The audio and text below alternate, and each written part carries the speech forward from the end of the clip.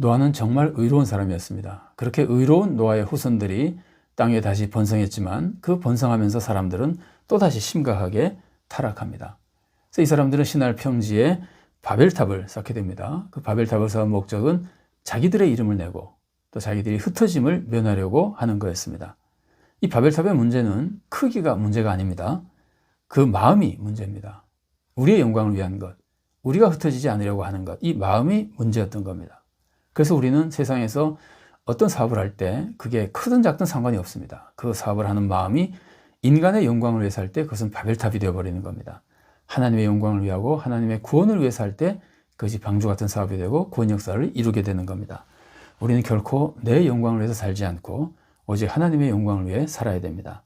그래서 하나님께 기쁨을 드리고 하나님의 구원 역사를 이루어가는 귀하고 복된 성도로 살아가야 됩니다. 자, 바벨탑을 쌓은 사람들이 바벨탑을 쌓은 이유는 크게 두 가지였죠. 하나는 자기 이름을 내려놓는 것이고 다른 하나는 흩어짐을 면하려고 하는 것인데, 자기 이름을 내려고 하는 것에 대해서는 우리가 지난 시간에 좀 살펴봤습니다. 오늘은 흩어짐을 면하기 위해서 쌓았다는 것에 대해서 우리가 좀 살펴보려고 합니다. 생각해 보십시오. 탑을 크고 높게 쌓으면은 한 곳에 모여서 살 수 있겠죠. 근데 탑 안에서 아니면 성 안에서 다 살지 못한다 하더라도, 조금 떨어져 있다 하더라도 그 탑이 크게 존재하고 있으면은 멀리 떨어지지 않고 언제든지 찾아서 그 근처에서 모여서 살 수 있잖아요. 그래서 바벨탑을 크게 쌓는 것은 바벨탑을 중심으로 해서 흩어짐을 면하고 살려고 했었던 겁니다. 자, 인간이 자기의 영광을 추구하는 건 분명히 죄죠. 근데 인간이 흩어짐을 면하려고 하는 것도 죄입니까? 그렇습니다. 여기서 바벨탑을 쌓은 사람들이 흩어짐을 면하려고 한 것은 굉장히 심각한 죄입니다. 자, 하나님께서 노아와 아들들에게 주신 축복을 보십시오. 그것은 생육하는 축복이고 번성하는 축복이고 땅에 충만한 축복입니다. 창세기 9장 1절 말씀입니다. 하나님이 노아와 그 아들들에게 복을 주시며 그들에게 이르시되 생육하고 번성하여 땅에 충만하라. 또 창세기 9장 7절 말씀입니다. 너희는 생육하고 번성하며 땅에 가득하여 그 중에서 번성하라 하셨더라. 하나님이 노아와 아들들에게 준 축복도 땅에 번성하고 땅에 충만하는 거였습니다. 그것만이 아니죠. 원래 하나님이 인간을 창조하시고 주신 축복도 그렇습니다. 땅에 충만하고 땅을 정복하고 땅을 잘 다스리는 거였습니다. 근데 이 축복은 노아의 후손들에게도 역시 이어지죠. 그러니까 노아의 후손들은 창세기 1장에 나오는 축복도 해당이 되고 창세기 9장에 나오는 축복도 해당이 됩니다. 자, 창세기 1장에 나오는 말씀 읽어드리겠습니다. 1장 28절입니다. 하나님이 그들에게 복을 주시며 하나님이 그들에게 이르시되 생육하고 번성하여 땅에 충만하라. 땅을 정복하라. 바다의 물고기와 하늘의 새와 땅에 움직이는 모든 생물을 다스리라 하시니라. 이런 축복을 노아의 자손들이 받았으니까 이 축복을 받아야 되잖아요. 그리고 이 축복은 단순히 내가 받아 누리는 축복일 뿐만이 아니라 사명이기도 합니다. 세상을 잘 다스리고 잘 관리해야 될 사명이기도 한 겁니다. 그러니까 땅을 충만히 채워서 땅을 잘 다스리는 사명이 노아의 후손들에게도 있었던 겁니다. 그럼 이 사람들은 땅에 널리 퍼져야 되죠. 그래야 땅이 충만해서 땅을 잘 다스릴 수 있잖아요. 그런데 지금 이 사람들이 흩어짐을 면하겠다. 우리 여기 중심으로 해서 여기서만 모여 살겠다 하는 것은 하나님이 주신 굉장히 중요한 축복이며 사명인 이것에 정면으로 거역하는 죄가 되는 겁니다. 사람들이 흩어지지 않으려고 하는 것은 자기의 평안을 추구하는 모습입니다. 사람들은 자기의 평안을 추구하는 것이 거의 본능적입니다. 사람들은 자기의 평안을 추구하기 위해서 본능적으로 추구하는데 그것이 하나님의 명령을 거역하면서까지 하니까 죄가 되는 겁니다.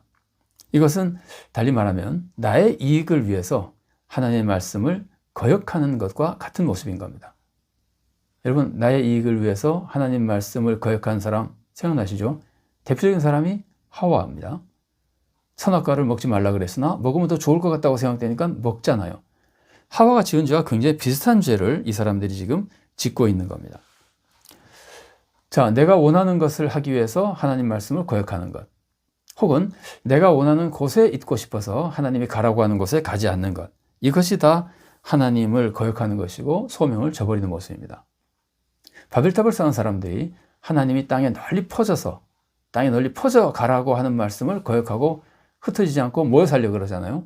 이것은 하나님이 가라고 하는 곳에 가지 않는 것인데 이 모습은 누가 대조됩니다? 누가 대조됩니까? 아브라함과 대조됩니다. 아브라함은 하나님이 가라 그러시니까 갈 곳이 어딘지 모르면서도 그냥 순종해서 가잖아요. 자기 편한 대로 자기 본토 아비집에 있으려고 그러지 않잖아요. 하나님이 가라고 하는 것으로 가잖아요. 이게 아브라함이거든요. 순종과 소명을 이루는 사람입니다. 그러나 바벨탑 사람들은 그러지 않고 흩어짐을 면하고 자기 평안만 추구했던 겁니다. 아브라함의 모습을 보십시오. 히브리서 11장 8절과 9절 말씀입니다. 믿음으로 아브라함은 부르심을 받았을 때 순종하여 장래 유업으로 받을 땅에 나아갈새 갈 바를 알지 못하고 나아갔으며 믿음으로 그가 이방의 땅에 있는 것 같이 약속의 땅에 거류하여 동일한 약속을 유업으로 함께 받은 이삭 및 야곱과 더불어 장막에 거하였으니. 그러니까 아브라함은 평안을 추구하지 않고 평안한 자기 고향과 자기 아버지 집을 떠나서 장막에 가면서 고생하지만 하나님이 가라고 한 것으로 갔던 겁니다. 그래서 구원의 역사를 이루는 귀한 주님의 종이 된 겁니다. 사람이 내 평안만 추구한다고 하는 것은 내 욕심을 추구하는 겁니다. 그리고 내 평안과 욕심을 추구하는 사람은 염려하게 됩니다. 왜냐하면 그것을 이루지 못할까 봐 자꾸 염려가 생기는 겁니다. 욕심과 염려가 있으면 계속 죄를 짓는 거죠. 그래서 내 평안을 추구하는 사람은 하나님의 뜻에 순종할 수가 없습니다. 자꾸 죄를 짓게 됩니다. 그리고 하나님께서 맡긴 사명을 감당할 수가 없습니다. 소명을 이루지 못하고 악하고 게으른 종이 되어버리는 겁니다. 사실 하나님은 우리의 평안을 깨는 명령을 자주 하십니다. 조금 전에 살펴본 아브라함을 보십시오. 하나님은 아브라함도 본토 아비집을 떠나서 평안을 잃고 새로운 곳에서 정말 고생스럽지만 하나님이 시키신 사역을 감당함으로써 구원 역사를 이루게 하셨습니다. 하나님이 아브라함을 쓰실 때 평안을 깨뜨리고 쓰셨습니다. 모세도 보십시오. 모세도 바로의 공주 아들로 왕자로서 정말 평안 속에 살았습니다. 그러나 하나님은 그의 그 평안을 다 깨뜨리고 나와서 정말 광야에서 훈련받게 만드시고 자기 백성을 위해서 헌신하며 고생스럽지만 구원 역사를 이루는 종으로 쓰셨던 겁니다. 사실 예수님마저도 하늘의 평안을 버리고 이 땅에 내려오셨잖아요. 정말 고통스러운 세상에 오셔서 구원 역사를 이루시잖아요. 예수님의 제자들도 보십시오. 예수님이 산에서 변화하셨을 때 세 제자가 함께 있었죠. 그 하늘의 영광을 맛보면서 정말 황홀한 지경에 있을 때 세 제자가 뭐라 그럽니까? 주여 우리가 여기 있는 것이 좋사오니 여기에 초막셋을 짓고 여기 있으시다 그러잖아요. 그러나 예수님은 그렇게 하지 않으십니다. 고통스러운 세상에 내려가서 고통 속에 있는 사람들을 구원하시는 겁니다. 우리는 하나님의 명령에 따라 우리의 평안을 버리고 하나님의 명령에 순종하며 소명을 이룰 때 구원 역사를 이루어갈 수 있게 되는 겁니다. 여러분, 사람의 가장 큰 욕구는 안전과 평안의 욕구라고 볼 수 있습니다. 마음의 평안, 몸의 평안, 경제적인 평안, 이거 얻는 것이 우리들에게 굉장히 중요한 욕구입니다. 그러나 여러분, 이 세상은 우리가 영원히 거처할 곳이 아닙니다. 우리는 이 세상의 평안을 목표로 해서 살아가면 안 됩니다. 우리의 인생은 본향을 향해 가는 길입니다. 이 세상은 나그네 길입니다. 목표지가 아닙니다. 우리는 이 세상의 평안을 목표로 살아가면 안 됩니다.